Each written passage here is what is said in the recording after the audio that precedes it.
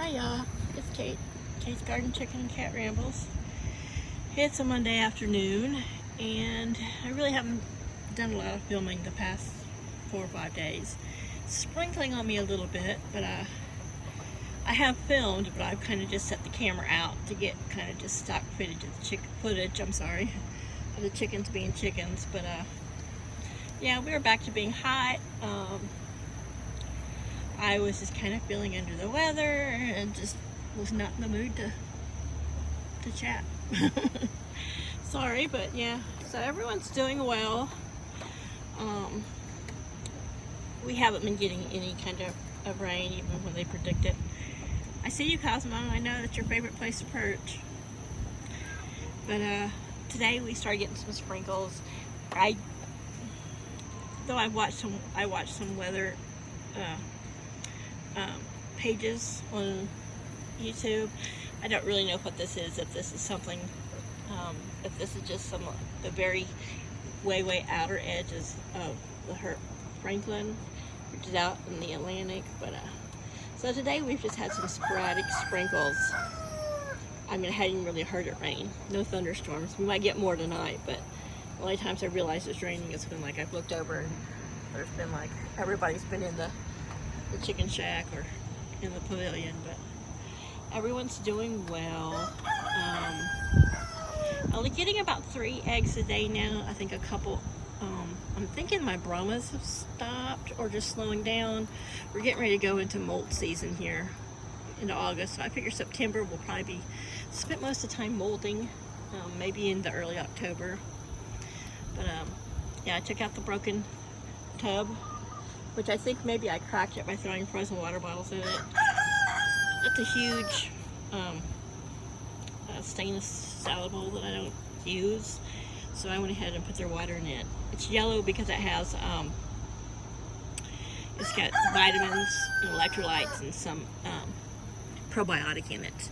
It's always good when you're going into molting season, and especially coming out of such a hot summer, to make sure that the birds are getting vitamins and minerals, because it takes a lot of their body, it takes a lot of energy, it takes a lot. They need to be really healthy, optimal nutrition. It just takes a lot for them to to grow and produce these new feathers, and it's a bit stressful on them going through mold. So we started this week with their vitamin water, and I'll go for like a couple of weeks where they'll have vitamins, electrolytes, and the probiotics in their water, and then I'll give them a break for a couple weeks. But they're getting great nutrition, great supplements. I just always like to give them a little bit of a boost here, molting season. Yeah, there's Luna up there having a little bit of, I put a little bit of treats in that bowl just because I knew it was going to be raining, and you can see there's a few little speckles there. I threw a little bit of scratch out earlier, but I always put mainly the black soldier fly larva in that little green thing, but usually it's a little bit of treats. When I refilled their feeders earlier, I had a little bit of feed. You can tell they're at Luna's feet, where even though that's deeper, they pad out. I put their dewormer, their natural dewormer in there, and I think these boys. I've got some canned pumpkin. It'll be great when we have fresh pumpkins, but a lot of times I'll take canned pumpkin, I'll mix it with their scratch or just some feed. When you use the Hen House Reserve, you got a lot of grains, and kind of make a mushy feed mash with it, and they like to eat it. And the pumpkin's a natural dewormer, but like I said, I use a natural organic dewormer from the poultry store. Yeah, let's stay around in our old poo bedding. Ouch! Chaos. He just thinks he can come up and sharpen his claws on me. So yeah, they're just doing their thing. You can see Cosmo and Lily and Zinzin over here in the bath pavilion. Lily's behind Cosmo there. She's working on that cabbage. So yeah, they've just I know they've been enjoying the cooler temperatures. So they're just hanging out here. Alright, so just a little video. Everything's doing well. Let's go take a peek at the garden so he'll stop crowing in my ear or in the camera. You can see the corn over there is really browning out, so I think they usually let it get pretty, almost go all brown before they cut that feed corn.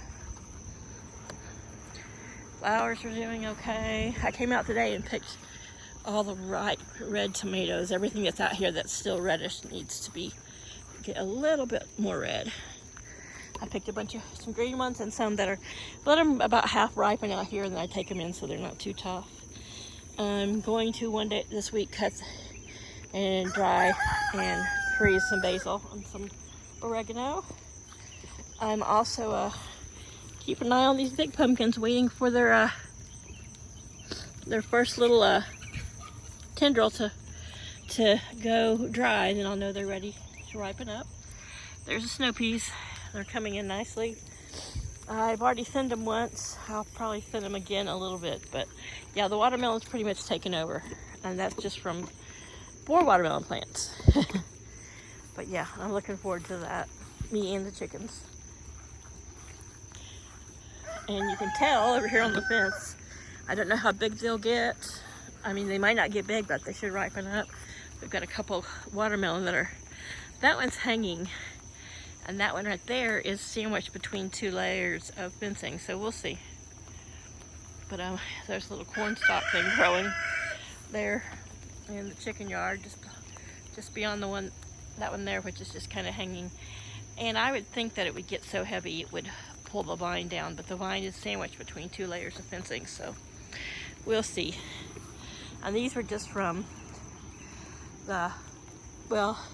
probably the Chick House Reserve has little pieces of corn in it, and that was pretty much the feed that was over on this side of the yard when the chicks were in there, when the cream crested leg bars and the leghorns were living in that little separate yard. But they're all doing well, snacking and running around the sprinkles. Luna, please don't be such a bitch. See, she just ran over there and pecked the head of Daisy for no reason. Now she's gonna run back over there, and she just got her some attitude. But that's their main little shade hangout and watering area. But I've said before, they got water everywhere, and all their water, that one you can't really tell as much, but that's why it looks a little grayish. It's actually kind of green or yellow, and so was that one. So they have, oh, look who's over in the yard. Chaos just ran up here behind me. Right here, so he's like, and right here in the driveway in the yard is the bunny. Probably because it's a little cooler and some sprinkles. Eating something yummy. Chaos, he's like, he sees it. He's like, I see the bunny, but I don't care. His ears are doing fine. He's mad because I keep rubbing, antibiotic cream on it and putting a lemongrass essential oil on him. He's like, I don't like that stinky stuff. But yeah, I'm probably 20 feet away from the bunny. I'm zoomed in right now, but I do believe the bunny family that resides here is used to us, used to the cat, used to me, Paul. We can usually get quite close. I mean, of course, we can't get close. It's not gonna let us touch it.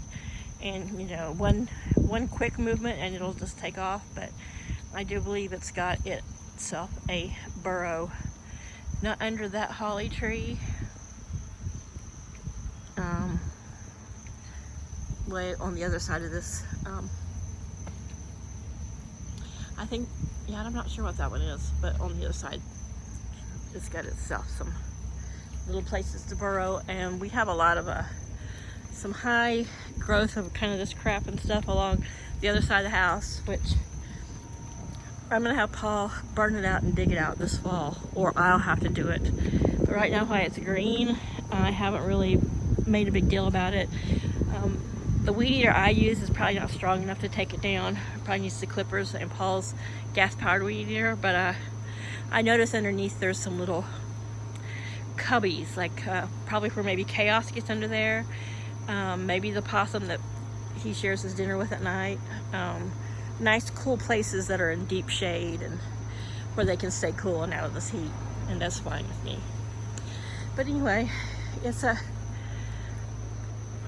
still got some more zinnia growing there that are as tall as I am. In the front I'm not gonna walk up front. Mosquitoes are still biting my ankles, but yeah, we're doing well. I'm just glad we're getting some sprinkles and it's cooling off for tonight. Cass is following me around. He's still been hanging out over here. Over here, it's he's got the about 2 feet of eave and roof over him, so he stays dry. And these guys don't mind it when it sprinkles. Just when it gets a little heavier, they'll retreat to the pavilion or over here into the chicken shack. Yeah, I hope everyone's doing well. I noticed Hurricane Idalia is building up in the Gulf, so I hope I have some niece in Tampa, so I hope everyone stays safe and is preparing for some weather. I don't think it's going to hit the U.S. really with a lot of strength, but it is gonna bring some rain, and I just hope it brings some rain and some weather up the coast. Zinnia, this I'm not sure what it is. This one does not have any kind of buds on it. This is a long branch that has laid down with the weather and the wind, but as you can tell, it's got little flower buds coming up on it. So anyhow, garden's doing well, cats are doing well, chicken's doing well, I'm doing well. I just wanted to say hi. Hope everyone has a great week, and I hope the end of this month goes out without, a lot of trouble for people. And it's almost September. That means we're that much closer to fall and winter, which I love fall. You guys have a great afternoon. Bye.